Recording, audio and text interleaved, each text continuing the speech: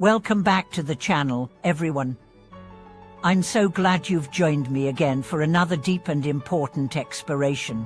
Today, we are going to look at one of the most fundamental aspects of spiritual growth, and one of the most often misunderstood, discipline, or more specifically, the observance of precepts at the beginning of one's spiritual journey. Maybe you've just begun your path, and you're filled with inspiration, but also feel overwhelmed. Maybe you've heard about all the rules, the rituals, the renunciations, and you're wondering, do I really have to give up so much? Will I lose my freedom? Is discipline going to take the joy out of life? Here's the truth. Discipline doesn't imprison you, it liberates you. Precepts are not restrictions, they are tools of refinement. They are not there to suppress your individuality, they are there to uncover your true nature. In this video, we are going to talk about how to approach precepts with wisdom, how to observe them not from fear, but from love, how to hold on to your clarity in a world full of noise, and how to turn every temptation into a deeper opportunity to connect with yourself. Let's begin by redefining what a precept is. A precept is not just a rule, it is a mirror. It reflects back to you who you are being in this moment. Are you acting from greed or generosity? From distraction or presence? From fear or love? Every precept you choose to follow isn't just about what you stop doing, it's about who you start becoming. The reason precepts feel hard at first is because we are so used to seeking pleasure, escape, and control. We live in a world of instant gratification. You feel bored, you scroll. You feel anxious, you eat. You feel rejected, you lash out.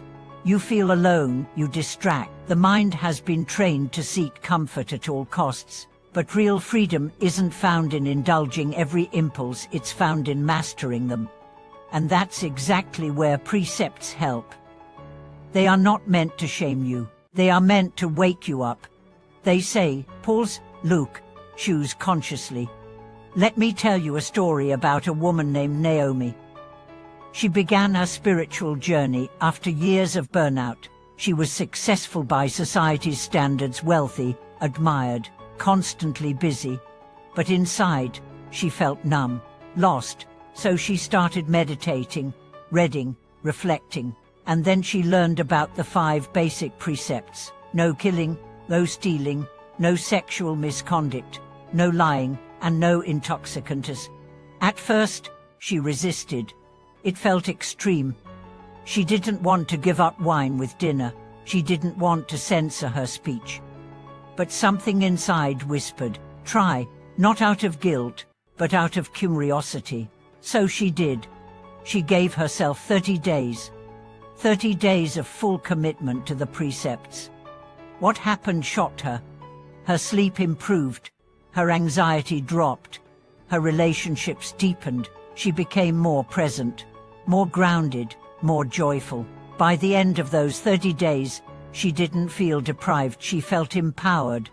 She realized that the precepts didn't take away her freedom. They gave it back. That's the secret. When you stop numbing, avoiding, and reacting, you begin to feel truly alive. Now let's talk about the inner challenges that arise when you begin this path. First comes doubt. The mind says, this is too hard, you're not ready. You're just pretending. Recognize that voice. It's not truth, it's resistance. Every time you break free from an old habit, the ego feels threatened. Let it tremble, but don't let it lead. Second comes guilt. You try to follow the precepts, but you slip. You say the wrong thing. You indulge, you lie, and then shame creeps in. But here's the thing, the goal isn't perfection. The goal is awareness.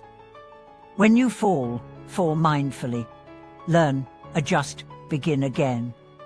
Guilt keeps you stuck, repentance moves you forward. Third comes loneliness. You look around, and no one else seems to care about integrity.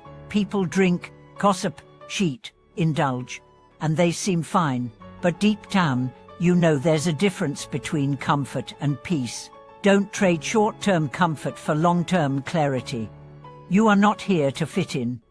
You are here to wake up, and precepts are your alarm clock. So how do you uphold them practically? Start with intention. Don't say, "I can't." Say, "I choose not to." This small shift transforms obligation into empowerment. Create supportive environments. If you're avoiding alcohol, don't spend every evening at a bar. If you're cultivating truth, avoid gossip circles. Protect your energy. It's sacred. Replace old habits with new rituals. If you used to unwind with a glass of wine, try tea and journaling. If you used to vent with anger, try breath work. The mind resists emptiness. Give it something better. Celebrate your discipline. Not with pride, but with gratitude.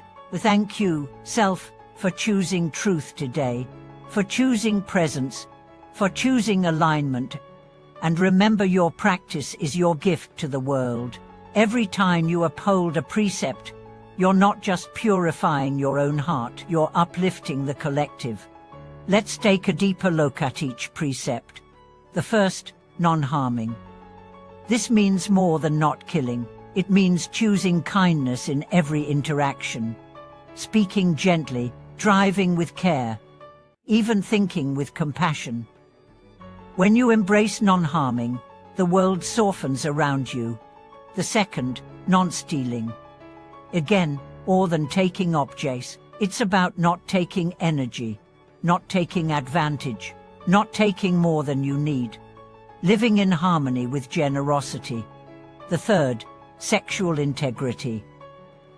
This is not repression, it's responsibility. It's asking, is this connection honest? Is it respectful? Is it rooted in truth or escape? Sexual energy is sacred. Use it with care. The fourth, truthful speech. This one is powerful. Words are spells. Speak only what is kind, necessary, and true. Gossip breaks trust. Lies shatter harmony. Silence, when rooted in wisdom, can heal. The fifth, sobriety. Not as denial, but as clarity. Intoxication blurs perception. You're here to see clearly, to feel deeply, to act consciously.